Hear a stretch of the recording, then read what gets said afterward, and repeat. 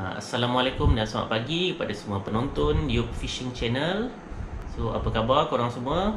Saya harapkan korang semua berada dalam keadaan yang sihat-sihat je lah. So, macam yang kita tahu sekarang ni, kita dalam perintah kawalan pergerakan disebabkan oleh COVID-19 yang melanda negara sekarang ni lah. Sekarang ni perintah PKP ni dah pun dilanjutkan untuk 2 minggu lagi sampai 14 April 2020. Jadi saya sebagai vlogger memancing memang tak keluar memancing lah dalam tempoh ni. Memang banyak ada rumah je. So kalau nak kata ketar tangan tu memang ketar lah kan. Memang rasa nak baling pancing je. Tapi kita kena akur lah dengan perintah kerajaan sekarang ni. Sebab kalau kita tengok kes sekarang ni makin hari makin banyak kes-kes positif yang dilaporkan. Kalau setakat hari ni 28 Mac 2020 jumlah keseluruhan kes positif COVID-19 yang dilaporkan ada sebanyak 2,161 kes, dan juga kes kematian yang dilaporkan setakat ni dah mencecah 26 kes. Jadi sama-samalah kita semua ikut arahan-arahan yang dikeluarkan sekarang ni. Duduk kat rumah, jangan keluar melainkan ada urusan-urusan yang penting. Selalu cuci tangan dan juga amalkan penjarakan sosial ataupun social distancing sekurang-kurangnya 1 meter daripada orang lain. So untuk video hari ni saya nak kongsikan dengan korang semua sedikit info yang berkaitan dengan coronavirus ataupun COVID-19 ni. Jadi tajuk yang saya nak kongsikan hari ni ialah kenapa coronavirus ni boleh merebak dengan sangat cepat. Untuk topik ni saya ada dapatkan beberapa rujukan daripada sumber-sumber yang sahih dan boleh dipercayai lah. So antaranya WHO ataupun Pertubuhan Kesihatan Sedunia dan juga beberapa jurnal-jurnal yang established lah. So diharapkan dengan video perkongsian ni sama-sama kita boleh belajarlah sikit sebanyak tentang virus ni dan juga kajian-kajian yang dah dilakukan oleh para penyelidik berkaitan dengan COVID-19. So tanpa membuang masa, jom kita terus daripada kita punya topik hari ini. Okey, sebagai intro, penyakit coronavirus ataupun dikenali sebagai COVID-19 ni dia merupakan sejenis penyakit berjangkit yang disebabkan oleh sejenis virus corona lah macam yang kita tahu, yang mana penyakit ni mula-mula dikesan dekat kawasan Wuhan di negara China. Kalau kita tengok pada morfologi ataupun struktur coronavirus ni, macam dalam gambar ni, coronavirus ni dia adalah sejenis virus yang berbentuk sfera, yang mana dia dilapisi dengan membran protein, dan juga satu lagi dekat permukaan luar virus tu ada satu protein yang dinamakan sebagai spike protein, yang mana kalau tengok lebih kurang macam kita kata macam duri lah. Dekat bahagian dalam membran protein tu ada RNA ataupun bahan genetik untuk coronavirus ni. Okay, sekarang kita nak terus pada topik yang saya nak share hari ni, iaitu kenapa coronavirus ni merebak dengan sangat cepat. Jadi sebenarnya artikel ni saya ambil daripada jurnal Nature yang diterbitkan pada bulan Mac tahun 2020 lah. Okay, berdasarkan kajian yang mengkaji kadar kecepatan virus ni untuk merebak ataupun reproductive number.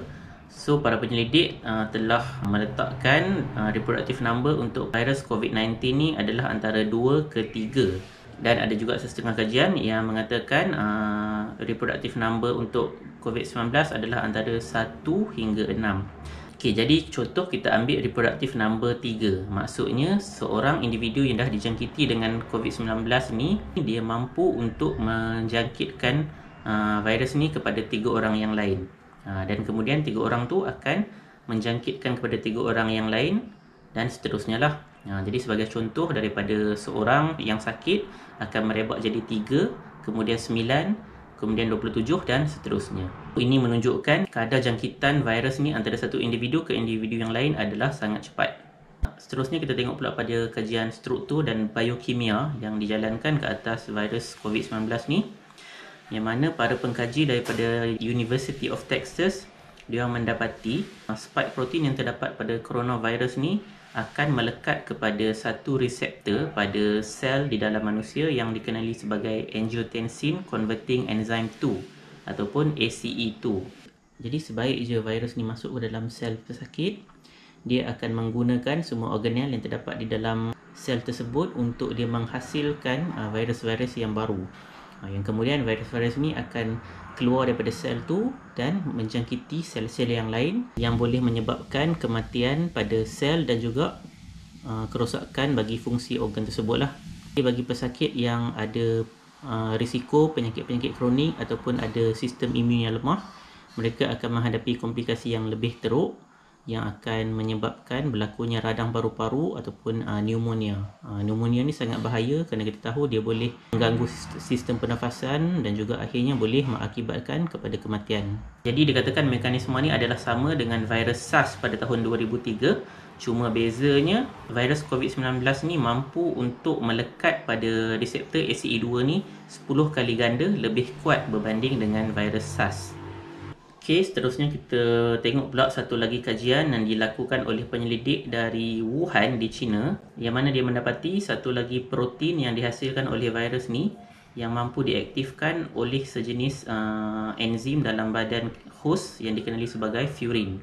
Jadi disebabkan furin ni terdapat dalam bilangan yang banyak dalam tisu manusia termasuk paru-paru, hati dan juga usus kecil, ini akan menjadikan virus ni sangat berpotensi untuk menyerang pelbagai organ dalaman dan yang seterusnya akan mengakibatkan kesan yang lebih teruk lah. Dan juga setakat ni furin cleavage site ataupun tapak furin ni hanya terdapat pada virus COVID-19 dan dia tidak terdapat pada virus SARS sebelum ni dan juga coronavirus yang lain. Okey, jadi satu lagi ciri khas yang menyebabkan virus ni sangat cepat merebak ialah seseorang yang dijangkiti oleh virus ni ada kemungkinan untuk tidak menunjukkan apa-apa simptom, contoh macam demam, batuk ataupun sesama, tapi dalam masa yang sama dia dah dijangkiti dengan virus ni dan boleh menyebarkan virus ni pada orang lain. Jadi disebabkan ciri-ciri itu, buat masa ni agak susah lah untuk kita nak tahu individu-individu yang betul-betul dah dijangkiti oleh virus COVID-19 sebab ada sesetengah daripada mereka yang tak menunjukkan sebarang simptom. Sampai sini saja perkongsian saya untuk vlog kali ini. Jadi apa yang saya kongsikan ni adalah antara maklumat-maklumat awal ataupun hasil-hasil penyelidikan yang ada buat masa ni lah. Tapi kita tak tahu, mungkin nanti akan ada maklumat ataupun update-update terbaru berkenaan dengan wabak ni. Saya nak petik kata-kata daripada Profesor Gary Whittaker, yang mana beliau kata coronavirus ni memang susah untuk dijangka. Kadang-kadang penemuan awal yang kita rasa bagus buat masa ni boleh bertukar jadi salah pada satu hari nanti. Jadi maksudnya lebih banyak kajian-kajian yang diperlukan untuk para penyelidik, para pegawai-pegawai perubatan dan juga pegawai-pegawai farmasi untuk lebih memahami jangkitan virus ni dan juga untuk mencegah dan membendung penularan wabak COVID-19 ni pada masa akan datang. Jadi sama-sama kita doakan kesejahteraan semua rakyat Malaysia dan juga rakan-rakan kita di seluruh dunia. Mudah-mudahan kita semua dilindungi daripada wabak penyakit inilah. Sampai jumpa lagi dalam video yang lain. Assalamualaikum.